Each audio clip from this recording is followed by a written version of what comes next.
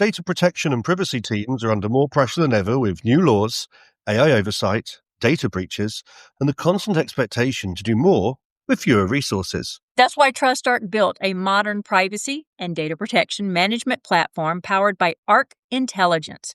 It unifies your tools, automates the work that slows you down, and surfaces what matters most right when you need it. From guided quick actions to our intelligent assistant, Ask Arc, you get credible, contextual answers backed by expert research, not generic AI guesses. Finally, privacy that works the way privacy pros work. Learn how TrustArc helps teams move faster with confidence at trustarc.com/serious-privacy.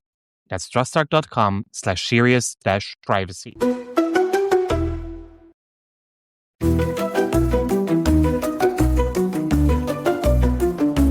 You're listening to the award-winning Serious Privacy podcast sponsored by TrustArc. Please welcome your hosts, Paul Breitbart, Ralph O'Brien, and Dr. Kay Royal.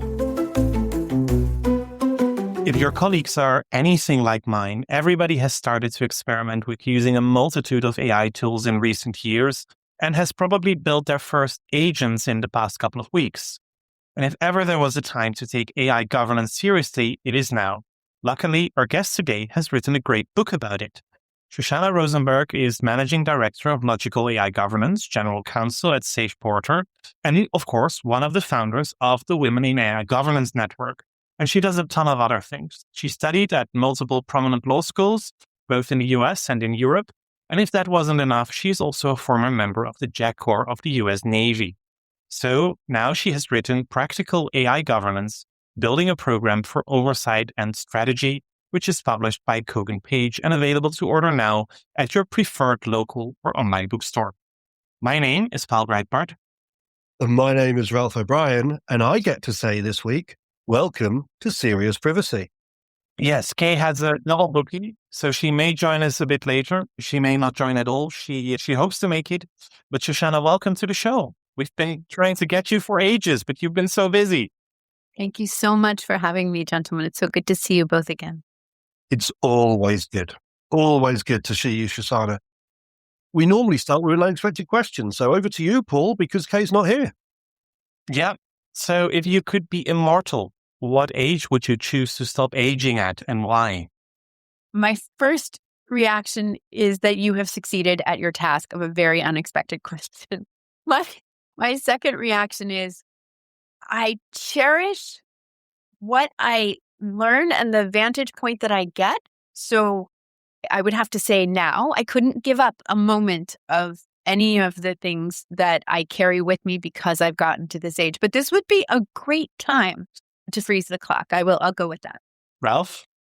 Wow, the perfect age. I like that. They say that age brings you confidence and wisdom, but to me, it just brought more to shame. They say that if you don't drink and you don't smoke and you live cleanly, you can live an extra 10, 15 years, but sadly, it's at the wrong end, right? So to me, I'll always be 21 again, I think. Very nice. Paul? I've been practicing with being 39 for a couple of years now, and I think I'll continue doing that. They say that the value of each day, ironically, Ralph, to your point, right? It's at the wrong end, but it's at the end where you cherish it the most. That's true. That is very true. Shoshana is never afraid to challenge me, and that's one of the things that I love about Shoshana. Every time we speak, I feel like I learn something new. You taught me a wonderful phrase, steel sharpens steel. And we've had some great debates over the years. I always value the fact that we've had those intellectual discourses, let's put it that way. I never mean to challenge you, only to keep learning. Indeed. Same here. It's amazing just the capability, the amount of times a day I just go onto the internet to look something up that I don't know. So we normally start off by saying, how do you get into this crazy world? But Paul's done a wonderful job on your introduction already that I didn't even know that you were in the JAG Corps. So how did you go from JAG Corps to this wonderful world of data, Shoshana? The funny part is that I actually started as an engineer in the Navy. And I had this moment when I was a kid, there was this ad for Reese's Pieces or something where it was like peanut butter, chocolate. That's the natural marriage there. And when I went into the Navy and I got out and I went to law school, I felt compelled to come back toward the JAG Corps. There's a little story in the middle where my father fell through a roof and I ended up having to take care of his kid, like the roof of the garage, and I had to take care of his kids. But if you flash forward having taken engineering and been an engineer, right? And then also being, of course, an attorney and looking at what was happening with technology, even then in the JAG court, I became the translator across business, legal, technology, and security requirements for every company that I touched from then on. And I think it wasn't that I moved, it was that the world came to my briar patch. Oh, wow. I guess it makes sense, obviously. But so your first job in data, your first experiences working with data and data protection, was that also in the Army still, or was that after? No, so that's I had to make the leap from the JAG Corps. But what it really comes to is when I grew up embedded in the international development world. So I spent 2.5 years after graduating early. I spent 2.5 years before college doing international development work. And I was traveling all over. In the book, it says, I think it was in 10 countries, but I was like, how do you define lived? For me, I would say 18, right? So I lived and worked in all these countries. And when I went to law school, I was really focused on human rights law. But that was taking me some really gruesome places, right? So I wanted to focus on international law and human rights law. And yet at the same time, as a person who's, I would say, quite sensitive and attuned to things, I couldn't go the distance on the pieces that I would have thought I would have with human rights law. So when I was a corporate attorney working on international law matters for global organizations, as soon as I became aware of the requirements, certainly of where the UK had actually already embedded the EU requirements for the UK, and now I'm forgetting, I'm so old, the Privacy Act, right? Or the Data Act. That was when I latched on, and I had a wonderful general counsel who, when I said, can I run at this, actually said, you must. And that really pushed me further in. So international law, human rights law, that was where I got to take part of what I was doing. And I kept all my other pieces of my jobs, and really focus in on privacy law and go the distance there. So I will jump in there and say that, yes, it's data protection law over here in the UK, of course. One of my pets. Yes, it has always been data protection there, but called serious privacy. Indeed. I was trying to stay on point. Yeah, it's fascinating that I've rebranded my company Serious Privacy when everywhere I go, I tend to tell people it's not privacy, it's data protection. But more and more, I'm going to take a slightly off point here. I think AI has introduced something that will pull away from you being able to keep that definition, because companies are realizing that personal data is not their most precious and dangerous possession in an age of semantic inference and access, right? So I'm not pulling away from the proper terminology so much as to say that the data that companies seek to protect now is something they're aware of as a broader spectrum of immediate risks. Yeah, I agree. And it's no longer just personal data. It's also a lot of really personal data that really is becoming at risk, whether it's financials or just all the operational things. Just a couple of weeks ago, I read the story about one of the AI agents just erasing the source code for a full app because it did not respect the boundaries it was given. So then that's your whole business model out of the door, especially if there are no proper backups. So, yes, the issue is becoming a lot broader, and that's also something you point out in your book, right? Why did you write the book? Why does anybody write a book? So I had actually, and I know that Ralph knows this, I think that you know this, Paul, but I had several years ago when I first had looked at some of what was being put out for privacy professionals to adopt that would ostensibly land them squarely and give them grounding to function in the profession of AI governance, I felt was wholly insufficient and aligning much more with a compliance program. And so I started working really late 2022 already to try to build out what I saw, right? From basically the systems thinking that I adopted from international development, plus the organizational thinking and the ways that I see structures. I started building out logical AI governance and that methodology. And when Kogan Page, as you mentioned, called me a year and a half later or so and said, do you possibly have a book that you want to write on AI governance? I did, right? I had so much material from teaching the course and the certification programs, both to organizations and to practitioners. And things that I had to dig much deeper into because of those cohorts and the way that they worked, and also in my own work and for my clients at Logical AI Governance, that it had expanded beyond simply what I could pull into the cohorts. And I wanted to try to give people something that would make them feel truly grounded. I'll stop my big speech about it, but I will say this. I still meet people in the privacy universe who have imposter syndrome. And I think they have it in part because it is the most finite. It's the most finite realm of law. Doesn't mean it's easy. By any means, doesn't mean the nuances aren't lost to most.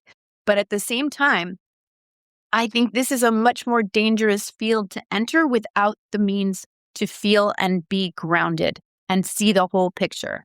So that was a big part of why. It's one of the reasons why I like going to Privacy Space, which Shoshana, I know you've been to as well, because it almost turns into a group therapy session as much as it does a knowledge session, because there are individuals out there who have a tough time of it, who suffer from imposter syndrome, who may be very knowledgeable and very good at getting on stage, and they're very geeky in what they know and love. But yeah, sometimes it's more human characteristics, our personal characteristics that cause us to barriers. Let me just say something and then jump to a question. I really like what you were saying there, because the more and more I've worked in data protection, information security, the more the intellectual property law, human rights law, the more I'm coming bound to more. When I go in and do an audit of an organization, I find it comes down to sometimes two things. Yeah. Data governance is one thing, like how you approach data across the wider organization, no matter if it's personal or not. But also I like that legally with AI, they've almost moved down a product safety route. If you've got to release a product, make sure it doesn't hurt people. And I will admit, I haven't read your book yet, Shoshana, but it'll be on the list, trust me. But how do you reflect that way of thinking? Because with AI especially, we want to get it out. We want to get it out there. Everybody is rushing to adoption. But critical thinking and safety features seem to be secondary on the agenda. How have you approached that? So I think one of them is a great question. I think one of the most critical things that we need to think about when we're pulling back to understand the many things we care about, right? The crown jewels in terms of data that we need to protect, and both personal data and company secrets and all of these things, and client information, anything that you're holding that you can access, all the way through to the bigger picture of where you aim to be from a strategy level, is that across all of this, whether you consider yourself to be just a deployer or you are actually building with the tools, and we know that line is getting fuzzier day by day, it's really about acknowledging that the things that we care about manifest as liabilities, and to bake those, instead of having big conversations about ethics with companies that want to move fast, you need to figure out within the software development and deployment lifecycle, right? There's that break there. If you are taking on a vendor, you are in the deployment and after piece of it, but you are still in the software development lifecycle. And so you want to bake in those questions, those controls, those reassessment points from every moment, from ideation. Either it's we should do this project, we should build this thing, or we should take on this vendor, all the way through to what happens when we retire it, what happens to the data there, and start to layer those data governance pieces, which you're completely right is one of the discipline components that organizations tried to skate by in the universe of data protection compliance, but that they are finding is going to really catch them by the tail now. So I think it's about looking at that, baking it in. And also, if you had to hit one high note within all of that, in terms of risk, in terms of what you're doing, I think it would be looking at dependencies and control. That would be the pieces that you really want to talk about, because where something is baked in, we always have to have a contingency plan if humans, organizations, or society are relying on it. And where we can't actually take control when we need to, such as the example that you expressed there, Paul Pryor, those are two of the big red flags. Yeah, so in the past, the idea, especially in the tech community, was go fast and break things. And I think we are very quickly moving away actually from that, because with how fast we actually can go today, especially with the help of AI agents, companies are getting really scared of breaking things, because they're not breaking things of others, but they're breaking things of themselves. So software engineering has historically been an iterative thing, right? Much as AI governance will be and always has, will have to be an iterative thing. But really the difference is if someone is doing something intentional with the code, whether using AI or not, where something is occurring, we have to get software engineers and DevOps teams to log things outside of the code in a way that is understandable and also tells us where we can revert and what we will lose. That is one of the most critical points that I think gets skipped past by organizations that are dipping their toes into building technology as opposed to being technology companies. Yeah, that's fascinating. You were kind enough to send me a copy of the book for review purposes while you were still finishing it. So I have been able to read it, and I'm terribly excited that soon I will have a hard copy of it as well, not just the digital copy, because I loved it. It is not without reason called practical AI governance, because it is very practical. I'm in the phase where in my organization, I'm working on implementing AI governance. Going back and forth to the book is actually going to be helpful. What I really liked about it is that you have built it up in two parts, right? There is one part that is aimed at the practitioners, at the consultants, at the people who do the day-to-day work. But there's also a section of the book that is really aimed at the management, senior leadership, at the board. Why? I understand why it is relevant, but why did you make that distinction when writing it? Because it's not something I've come across before in similar books. I appreciate the question. It means so much to know that the book is of value to you. I'll take one step back, which is to say, where you find it practical, that pleases me no end, but I had a number of people who helped me from keeping it be purely a logical proof. At the back end, I'll call it, in terms of my brain, I built the book originally as a logical proof. Each chapter had to accomplish something that layered on the other for each of the sections. So that means a lot to me. Hopefully it doesn't read like a logical proof. No, it does. It also gives lots of context and good examples, and it's fun to read. Oh, thank you. That was something that I did get feedback about. It all means the world to me, truly. But part of the reason that I think we have to start with speaking to the boards and executives is because, of course, they're driving the decisions. And even if only practitioners buy the book, they need a way to explain it, right? They need to be able to put their audience, to make the business case in that situation and to explain it to their clients or their board or their executive leadership team, or perhaps I was hoping to hand them the book and say, listen, just read 3 chapters in. If after 3 chapters you haven't snapped on, we'll get you your money back or something. But I think that's the point, is that this is part of what practitioners need to be equipped with, but also boards should be able to take on this in a way that is immediately accessible to them while being able to push a little deeper if they want to. And I think that was combining those two and not keeping them as separate pieces of work was very important to me, because it is one universe of communication, and it's better to equip the practitioners, quite frankly, with everything they might need. I think that's fascinating to talk about target audiences, because for a lot of us, we're just presented with the software we're given.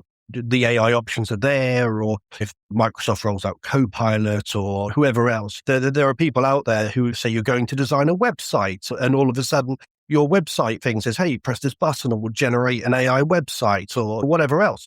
And so a lot of consumers are just at the mercy of what's rolled out. I actually think one of the most data protection or privacy or impactful things that I saw is when I realized that Apple rolled out the whole do not track button. They do you want to not do not track in terms of cookies, but in terms of, do you want this app to track you? And all of a sudden I said, all of the DPIAs I've done, all of the notices I've done, all of the contracts I've done, to have a large technology provider have a button you can press that stops that from happening, that's so much more impactful on the individuals than. And so really I pivoted at that point from legal compliance to looking at operational design work, yes. Right? So the fact that you're talking about targeting the software engineers, targeting the people who design these products, that's so much more going to be impactful than having a contract downstream, right? I think that's exactly right. Design thinking from any aspect of it is exactly the right way to go. And there are people who don't like what Apple has done because they feel like it's a competitive marketplace thing. And I hear it, but I can't help but love it as well, right? That leading with privacy is absolutely something that I think they've proven can be a very powerful differentiator. The sales pitch, yeah. Yeah, and also Apple is not perfect. They also do things where we say, this is not what we like, or this is kowtowing to certain governments in implementing or not implementing certain safeguards, pushing back against regulation from the European Union. That's for all big tech companies. Other vendors are available. Other vendors are available. No, absolutely. But it's also good that every once in a while, one of the vendors steps up and say, hey, it can be done. And I think that is also important when you look in the realm of AI. When Anthropic said, hey, but don't use our software to kill foreigners, that was a very logical, at least in my view, a very logical statement. I was a bit sad that it's actually that they only care about killing US people and not about foreigners, but that all kinds of army use of their AI was perfectly fine. Only automated decision-making for targeted strikes or non-targeted strikes, something like that would be ruled out of the AI. But hey, it's a start. And I think AI is amazing in speeding things up, in getting certain things done. But we haven't resolved all the issues yet. We haven't resolved the copyright for training issue yet. We haven't resolved the ethical issues. We haven't resolved the bias in the training data and in the output yet.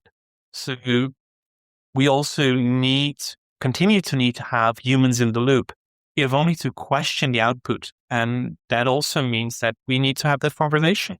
So I'm fascinated because there are a couple of things that you said that there's so much unpacking that we're doing as an industry, I'll say, or as a profession, right?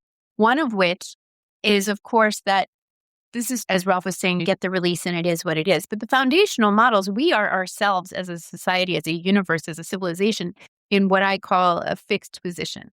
We aren't going to undo what was done for those 7 years by major corporations in terms of ripping pages out of books. There's no way to carve back from that. And because we haven't yet arrived at what Jan LeCun is going to build us in terms of an actual logic-based model, if that's true, what we can fix is due to gating and due to training and coaxing, I would say, the technology. So we're on a wobbly foundation from an IP ethical standpoint, no matter what. And we're just trying to build solid things on top of it, which is very much like the fact that no matter how powerful it is, still a predictive technology, which is itself a bit wobbly too, right? So everything is saying this is a great material that we can use, but there are compromises inherent in the way it came to be.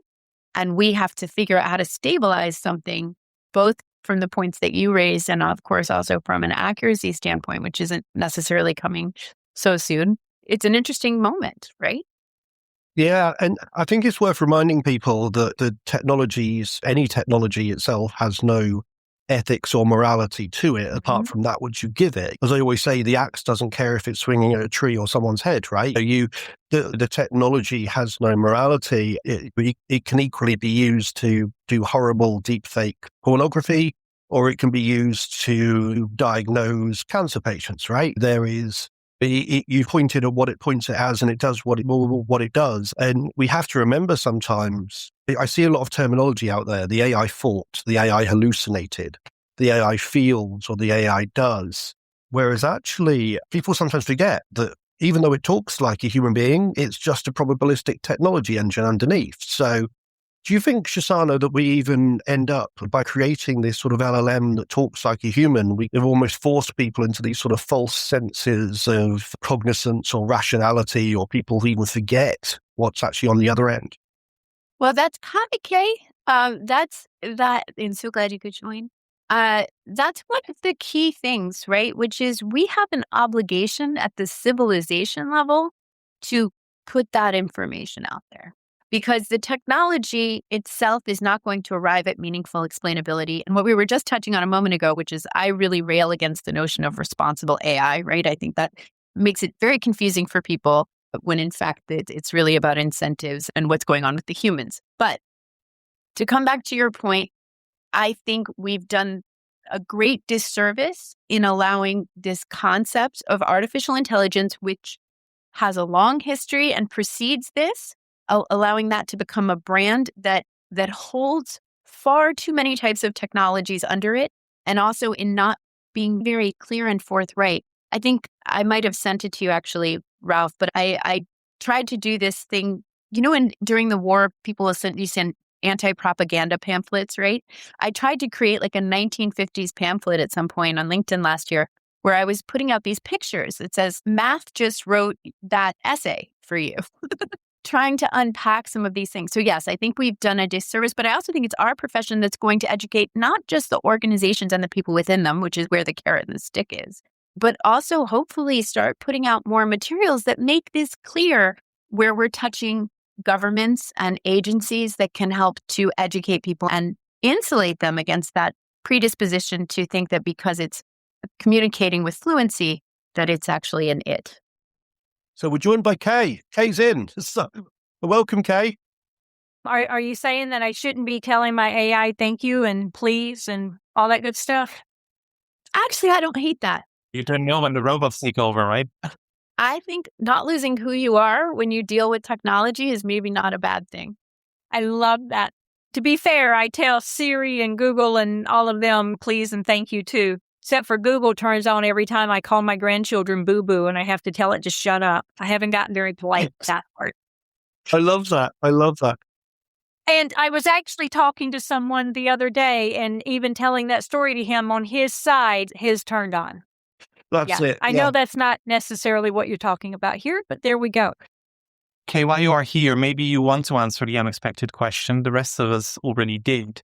If you could freeze in time and live forever, freeze in time your age, what age would you freeze on? 50. Why is that? Because I feel like I finally became who I really am and comfortable in my own skin and started doing things that I really enjoyed. I knew enough about me, my life, my family. They were grown. That figured into it. I was no longer raising children. So they were grown and off and having productive careers and everything. So 50 is a good age. And I have this skit in mind of SNL with the lady in red going, and I'm kicking everything. I'll have to. So that's brilliant that you want to freeze in 10 years' time, Kay. That's amazing. 10 years. No, I'm 83 and I look damn good for my age, Ralph, but thank you. There is something to be said of the insecurity of youth and your own problems and growing into your own person and being comfortable with yourself. That's really valuable. So women in AI governance, I think, is a big thing. So Shoshana, why do you think that women in AI is a big thing? Is it because we're trying to get more women in AI, or is this a field that women resonate with? So a couple of things. So women in AI governance, right? And of course, women in AI, and actually across every field that is tackling and building with the technologies, is an important thing in part because of the extent to which they are historically left out. This was Emerald's idea, fully, 100%. We were both getting inundated with messages and inquiries because we both had the chief AI governance title for large companies very early, before that was really very common at all. And she said, should we start this? And we started as a group. And as it grew into an organization that is really pulling across the globe and very focused too on the global south. But I think having women be a part of these conversations is important. I think lifting the voices of women and connecting them with each other helps a great deal in terms of knowledge sharing, which he and I were both very focused early on, as I explained logical governance, AI governance was, on trying to explain that AI governance itself is something that is going to occur within every discipline and every industry. And it's not going to be something that is done strictly by a particular group of professionals, right? We are all navigating the obstacles, opportunities, mitigations, and components that we need to have in place for ourselves, for our organizations, for society. And so that was an important thing to us, was making sure that people could access one another for genuine knowledge sharing, that we were putting out an opportunity to create webinars, lifting the voices of those women who, whether or not they were the expert, were passionate, curious, and came with a specific vantage point, which we all do, men and women alike. So I think it's very important. And I also think you saw Silicon Valley 25, 30 years ago now was very focused on the extent to which women have a propensity for synchronic thinking, right? And so pulling more women across more industries into this conversation and field, I think that matters immensely, both the technology itself, which we don't pretend to do within Women in AI Governance, but also the conversation. And I'd just like to add something to that. It's not only the domain of women to support women in AI governance. I've always wanted to turn up at data protection events, the IAPP. I've always gone to the women in privacy events. And when Shoshana invited me to be a part of Women in AI Governance, I was absolutely honored and bowled over because to raise up the voices of women, whether in AI governance or in any other industry, it takes a village. It takes Absolutely. people of all genders and races, right? We could not do it without the allies. And Ralph, you're always an exceptional ally, both you and Paul. It's incredible to see the support that you give to women in multiple professions that you touch. Yes. We do our best. And so does Higgins. Yeah, indeed. I was actually talking to someone with this on DPIAs the other day, and I said, "Who am I to write a DPIA?" And they said, "What do you mean? You're a data protection expert?" And I said, "Yeah, but you're looking at risks to people's rights and freedoms, and I don't have the lived experience other people have got. There are friends I have who wouldn't walk home alone at night, whereas I would, right? So you have a different risk appetite and a different profile to other people because you don't have their lived experience. So who am I to do a DPIA that generates risks for sections of the community? I don't understand." So that is such an exceptional question. And I'm very excited, and sort of you're positing the question both to them and in the big picture. But when we think about this with regard to AI, and I'm not trying to pull everything back to AI, but with regard to things like fairness metrics, right? There's the notion of ethical engineers, right? There is the notion that we as AI governance professionals coming from data protection or human rights or whatever the aspect is, whatever background you come from, security, sometimes many, that to set fairness metrics is not simply a one and done thing. And the other component is you have to really look at that outside view that you're saying, Ralph, is what are the potential ways in which a thing could be unfair without being inherently discriminatory. I think I use the example in the book, and I do in my classes, of a chatbot that sort of ignores older people because they ask more questions and the chatbot is optimizing, right? No one's intending that. It just happens to be something that runs alongside. But for all the metrics and controls that we intend to put in place, we have to remember both that the people setting them have to have a broader vantage point than they often do, right? And that they have to be adapted and changed as we start to see a broader component. And I don't know if maybe the DEI professionals are going to start to pull alongside, or I guess it's EDI in Europe, but if they're going to start to pull alongside evaluating fairness metrics, or how we better inform that brick in the wall. Totally agree. Lawful fairness and transparency. We talk a lot about lawfulness and transparency. I don't think we talk nearly enough about fairness under the law. That fairness component comes back as a liability to those organizations. They don't have to think about the ethics of it. Yeah. They don't have to be focused on the pieces that we spend our time focused on necessarily, but those will come back as problems and liabilities. Talk about fairness. My 93-year-old grandmother still needs analog options, not just chatbots and websites. Hate chatbots. I think almost every consumer does. Yeah. Because usually they don't do what you want them to do. Yeah, they're useless to ask questions to. Yeah, almost every company loves them because they are more easy to use for them. They save on human resources and everything is automatically documented. So you have tons of additional data.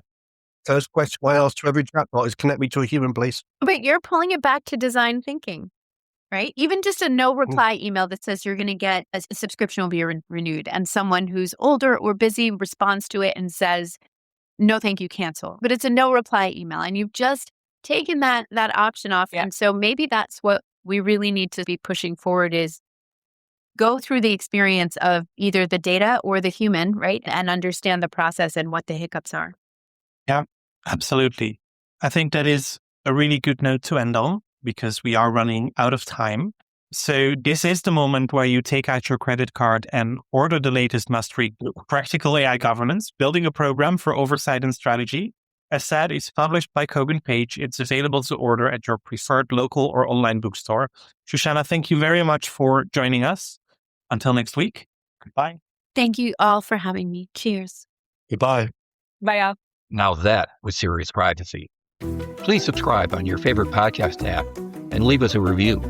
You can find us on LinkedIn, Instagram, and Blue Sky as Serious Privacy. Feel free to drop us a question or a comment. We'd love to hear from you.